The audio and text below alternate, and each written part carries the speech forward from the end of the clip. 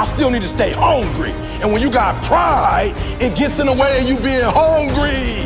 And you need that hunger. That's why I talk about slavery. Not because I want to be reminded of it, but I remember how hungry they were, trying to be free. I remember they used to get caught. I remember they used to get lynched. I remember they used to go to prison. I remember the dogs used to attack. What? They was fighting for something. They freedom. And I'm still fighting for something.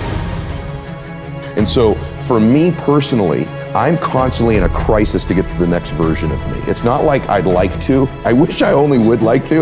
I probably have a little bit more peace in my life. I am in a crisis to get the next version of me. And so the guy sitting in front of you right now, if I come back in a year and I'm just the same exact person with the same thoughts, same ideas, same ways of delivering them, this was a wasted year of my life, right? So I want to know how to get to that next version of me. And so for those of you that struggle with taking criticism, you gotta ask yourself, how important is it to you to grow? Because you were put on earth to grow, to contribute, to serve, to help. You were in your way. And the current version of you is perfect as it stands right now, but it will be inferior next year. You're perfect as you are now, especially you ladies listening to this. There's all this messaging, you're not this, you're not smart enough. Women are too dominant, then they're a diva, right? Or you're not beautiful enough. Ladies, men, you too, you are perfect as you exist right now, but that version of you isn't sufficient next year. You gotta be crazy, hungry, crisis to get to that next version of you. I want the data, I want the input, I want the information, I want the feedback to get to the next version of me, regardless of how it emotionally makes me feel. I'm like driven by that. Without that information, why am I living? And I start asking myself, E.T., what's the difference between a gazelle and what's the difference between a lion? What's the difference? I know that they're wired different, but what's the difference? And what I discovered is that the gazelle is running from something. The gazelle is running from something. So as long as the lion is chasing the gazelle is running. But as soon as the lion stops chasing the gazelle, it stops. And that's a lot of you in this room. That's a lot of you in this room. You will run. You'll do what you're supposed to do. As long as you're getting pushed, as long as you're getting motivated, as long as somebody is encouraging you, as long as somebody's coaching you, as long as somebody's pushing you, as long as somebody's prodding you, you're doing what you're supposed to do. As long as somebody's calling you, as long as someone is enticing you, as long as somebody's giving you rewards, you're moving. But as soon as that stops, you stop. I asked myself the question about the lion, and I said the lion is not running to be rewarded. The lion is running to eat. Every single day, the lion is running to eat because the lion realizes when he kills the gazelle, not only does he eat the gazelle, but he brings it back home. So you've got to ask yourself, I leave you. You've got to ask yourself, what's your why? What motivates you? What pushes you? What drives you? And if that thing is internal, if nobody has to call you, if nobody has to prod you, if nobody has to reward you, if nobody has to give you anything, if you are self-motivated and self-regulated, you can have it, you can be it, you can do it. You gotta do me a huge favor. There's nothing average about the lion. There's nothing good about the lion. The lion is phenomenal. So do me a favor, guys. Be phenomenal or be forgotten. No one's gonna do anything for you. Couple rules of being a real leader. You need to take responsibility for your own life. Bringing energy to your team, leading in recruiting, leading in leadership, leading in growth. Nobody owes you anything, but you owe other people everything. That's what a leader does. You take responsibility. You know exactly right now what you're not doing. It would be criminal of you to leave here and say, I don't know what to do. You know exactly what you're afraid of. You know exactly what you've been avoiding, and you got to make a decision to change it. You know exactly what it is. Don't BS anybody. You know what you need to do different. You know the changes you need to make. And if you can do that, you stop kidding yourself, you can win. You can overcome your fear, overcome procrastination, whatever that is. How bad do you want your goal right now? I think there's a lot of people in the world today, because it's a really niche thing to talk about, I want this is my outcome, this is my goal. Like, how bad do you want? Do you want it as bad as breathing? Do you want it as bad as anything you ever wanted in your life? And if you calibrate it at the highest enough levels, what I found is the people that are the hungriest, they find a way. When you know why you want something, when it's desperation, the power of being desperate is something that most people avoid. They think desperation is a weakness. And I'm here to tell you, desperation is one of the most powerful emotions you could possibly possess, because when you're desperate, you find reserves and reservoirs of ideas, talents, and a strength that you don't know you have when you find yourself in a desperate situation. So ironically, the one thing most people avoid in their life, hunger, which is caused by being desperate. When you're starving, you become desperate. Think of somebody who's starving on the street. They've got to, how resourceful would you get if your children were literally starving and you had to feed them, right? So the number one thing we need more than anything to win is hunger, which comes from a state of desperation. Yet we're constantly trying to comfort ourselves in the real world to avoid the state of being desperate.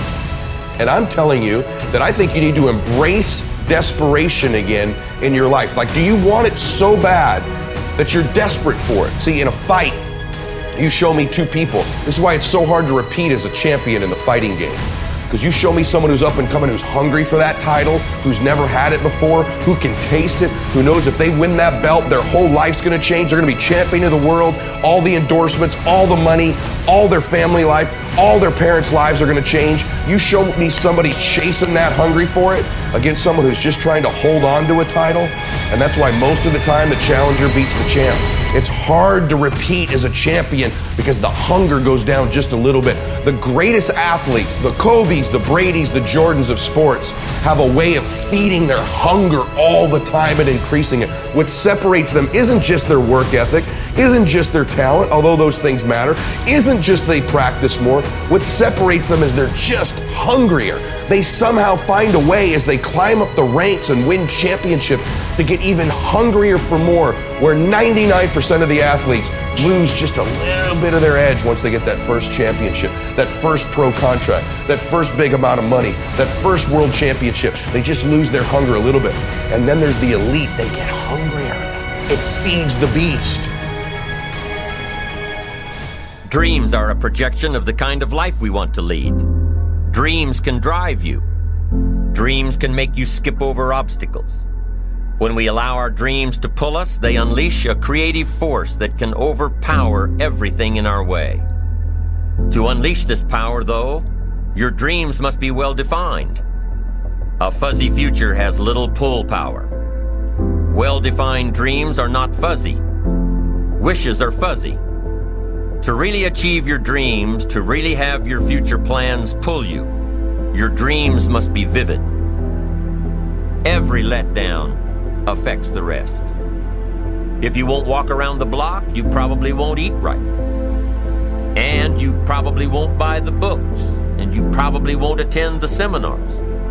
And you probably won't spend your money wisely. And after years of this, it all adds up. So the key to reversing this process is to start picking up the disciplines. It does matter. It all matters. Now, here's the positive side. Every new discipline affects the rest. Every new discipline makes a difference. That's why action is so important. The smallest action, the least action. The action that you won't think will matter. It all matters. Take it. Because when you start accomplishing and the value starts to return, you'll find inspiration to do the next one and the next one and the next one. If you start walking around the block, it'll inspire you to start eating right. You start eating right, it'll inspire you to get a book. You get a book and it'll inspire you to get a journal.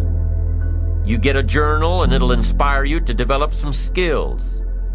Disciplines affect each other. Lack affects the rest of your life. The key is to diminish the lack. One of our greatest temptations is to just ease up a bit. To do just a little bit less than you're capable of. To take a little break. Somebody says, it'll just affect my sales. No, it'll affect your consciousness. It'll affect your philosophies. It'll affect your home life. It'll affect everything. No, you can't ease up a bit. That's what vacations are for. When you're at work, work. When you're on vacation, rest. Wherever you are, be there. If you think about vacation when you're at work, you'll surely think about work when you're on vacation. You'll just mess it all up. So be disciplined. Get involved. Do all that it takes to get the job done. Get your health back. Get your bank account where it's supposed to be. Get your family in order. get disciplined, be disciplined every day. When you set up the disciplines that give your life structure, miracles can happen, multiplied. And I'm telling you, anybody who wants to make a drastic change in their income can do it. I was broke at age 25 and a millionaire at age 31. Everything around me was the same. I changed. I refined my philosophy. I read the books. I took the classes. Started looking at life a little differently. I'm telling you, it worked.